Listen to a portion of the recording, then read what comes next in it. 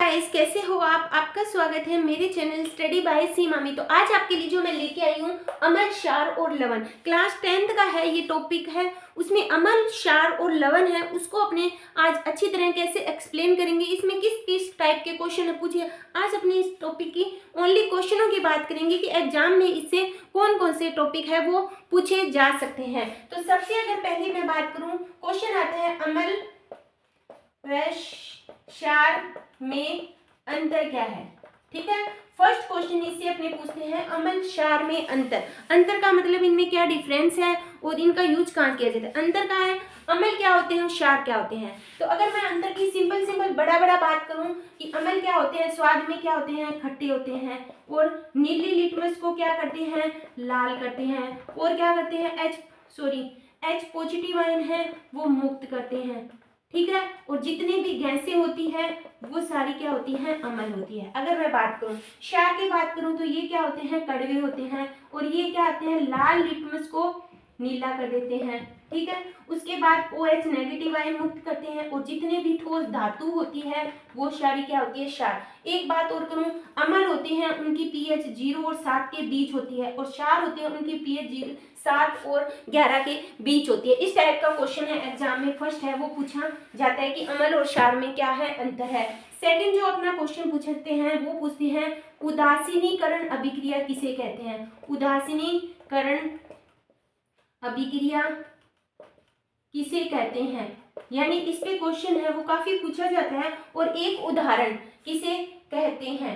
अब देखो, उदासीनीकरण अभिक्रिया जब अमल और प्लस क्षार मिलकर किसका निर्माण करते हैं, लवण का निर्माण करते हैं, और साथ में हाइड्रोजन गैस या जल बाहर निकलते हैं, वो क्या कहलाते हैं, उदासीनीकरण। कई बार आपने इसे क्लोर क्षार अभिक्रिया भी कह सकते हैं, तो इसकी जगह आ सकता है कि क्लोर क्षार अभिक्रिया किसे कहते हैं। अमल अपने को सबसे पता है, एक ही अमल याद करना HCl, और क्षार एक याद रखना NaOH सोडियम हाइड्रोक्साइड। जब आप आपस में क्रिया करेंगे तो किसका निर्माण करेंगे, NaCl + H2O।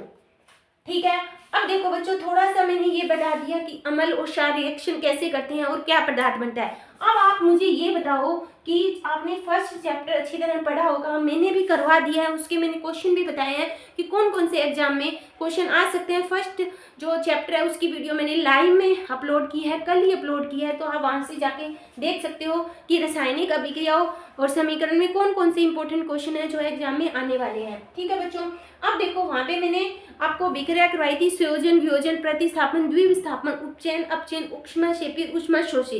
उसमें से ये कौन सी है, देखो एक ये तत्व है, एक ये तत्व, इसने ये आयन ले लिया और इसने ये आयन, यानी आपस में आयनों का आदान प्रदान। तो ये कौन सी अभिक्रिया है, द्विविस्थापन अभिक्रिया है।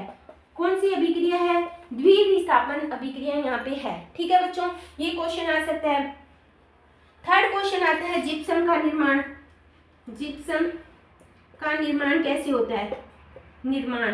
ठीक है, ये पूछ सकते हैं। जिप्सम का सूत्र याद होना चाहिए, कैल्शियम सल्फेट में +½ जल का अणु होता है, ये क्या होता है, POP होता है। ठीक है, इसमें जब 1.5 जल का अणु और मिलाया जाता है H2O तो क्या बनता है, CaSO4 +2 जल के अणु। तो ये अपना है जिप्सम और ये है POP, प्लास्टर ऑफ पेरिस। यानी जो थर्ड क्वेश्चन आता है वो आता है जिप्सम का निर्माण है वो अपने कैसे कर सकते हैं। कई बार इसका जो अपने टेम्परेचर भी पूछ सकते हैं कि कितने डिग्री पर जिप्सम का निर्माण किया जाता है। तो 276 केल्विन पर अपने जिप्सम का निर्माण कर सकते हैं। जो अपना फोर्थ क्वेश्चन है वो पूछा जाता है POP, plaster of Paris, baking soda, ठीक है, धावन सोडा, और क्या पूछ सकते हैं, विरंजक चूर्ण, मोस्ट इंपोर्टेंट विरंजक चूर्ण।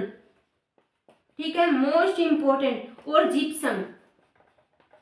जो ये 5 मैंने लिखवाए हैं इनके फॉर्मूले याद कर लेना, और इनकी जो उपयोग है, दो एनवायरनमेंट में इसके दो उपयोग क्या किए जाते हैं वो चीज आप अच्छी तरह याद कर लेना। ये क्वेश्चन है वो काफी एग्जाम में पूछा जाता है। ठीक है बच्चों, उसके बाद अगर मैं बात करूं फिफ्थ पॉइंट की, तो फिफ्थ पॉइंट में क्या होगा कि धात्विक ऑक्साइड का निर्माण अपने कैसे करते हैं। जब धातु ऑक्सीजन से क्रिया करती है तो धात्विक ऑक्साइड बनाते हैं, धात्विक ऑक्साइड पर। और मेन इसका पॉइंट है pH क्या है तथा अम्ल और क्षार की पहचान कैसे करता है?